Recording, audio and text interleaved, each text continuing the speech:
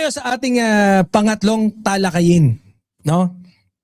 Ito nga, may bintang na naman kasi si no? Oo, sama-sama tayo. Papuntang Cayman Island. Ma'am Chaicher, hey, shout out naman, Ma'am Chaicher. Hindi, parang shout out na kita kanina. Binabawi ko yung shout out kay Ma'am Chaicher. Hanggang isang shoutout lang. Ha, Ma'am Chaicher, since nabati na kita kanina, ibalik mo yung bati ko, ha? Akin na. Eto, si Meow Meow, yung pusang ina, no, sa Congress, nasibak na. Nasibak sa puwet, no? Natanggal. Kaya ngayon, kasi panay ang kabalbalan, panay ang ka-fake newsan, no? Ito, patutsada niya, inutusan ni Marcos ang NBI na mag-file ng ethics complaint laban sa akin. Mukhang naapektuhan siya sa pagbaba ng trust rating niya. And of course, ikaw ang pinaginitan, ganon? Dahil bumaba yung trust rating, pinapakulong ka, ganon? You've done it all by yourself, ganon? Para ang si Jimmy Bondoc, let me be the one, ganon?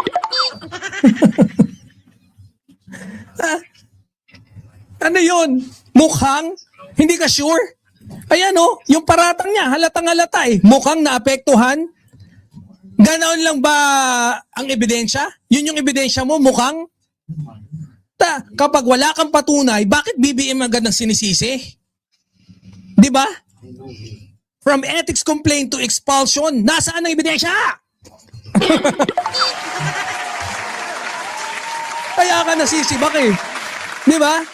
Ito ang problema kapag nauuna yung konklusyon bago ang ebidensya. Kapag may nangyayaring hindi mo gusto, biglang may kontrabida. Ikaw na pinag-iinitan, bida ka, ganon. Pwede biglang may mastermind, biglang may conspiracy.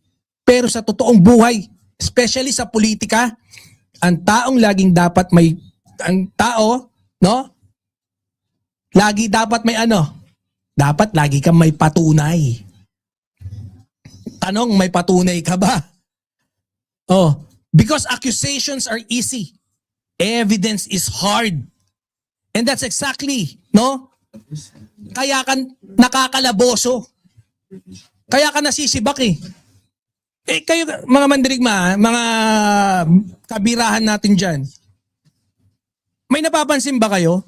Kapag may politician na nasa gitna ng kontrobersiya, biglang may lalabas na statement na parang movie trailer di ba?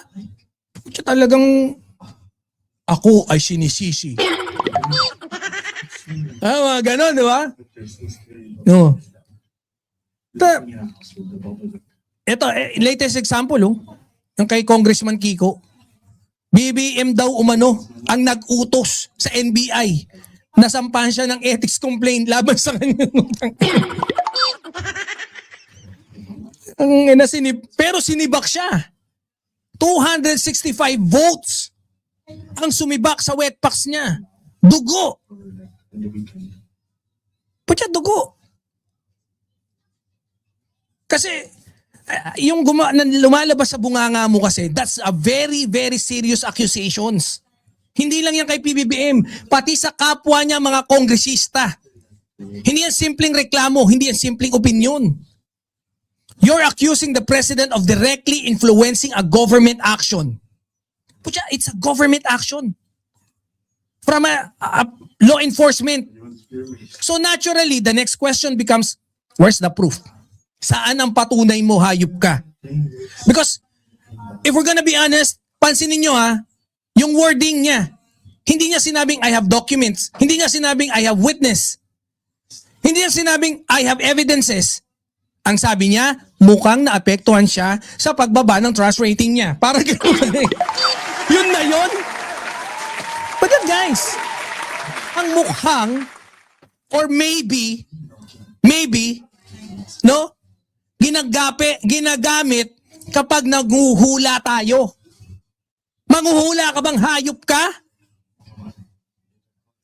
Di pa daw tuli si Totoo ba? Hindi pala tuli ito. Pucha, hindi ka pala tuli. Uncircumcised kang hayop ka. In short, sa Tagalog, supot. Oh. Yan daw ang mga gusto ni Alan eh. Ay.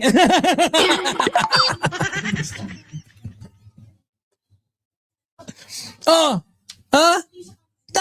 Mukha? Maybe? Hindi kapag nagpapatunay tayo, think about it.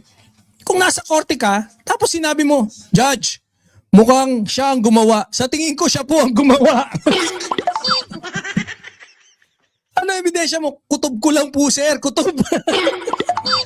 Your Honor. Kutob ko lang po, Your Honor. Kaya, patawa ka ba? Puta, habang inaakusahan niya yung iba, siya mismo, no? Yung nahaharap sa mga seryosong usapin sa kanyang posisyon. Yan nga, sinibak ka.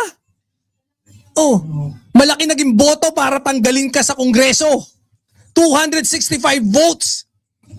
Putya, 265. That's not a close call. That's not a 4-0 finish. That's a landslide decision, baby. Now, eto whether people agree or disagree with that outcome, ibang usapan yun. Pero mahirap sabihin na lahat na nangyayari ay dahil lang sa isang tao. Na? Kung napakaraming miyembro, 'di ba, ng institusyon ang bumoto sa isang direksyon. At yung direksyon, sipain ka sa muka. Dali ka. Huwag kang tay-tay kasi. Parang estudyante yan eh. No? Bumagsak sa exam. Napagalitan ng principal.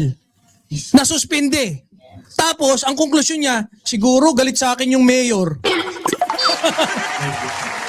Sa tingin ko, galit yung mayor ng munisipyo sa amin.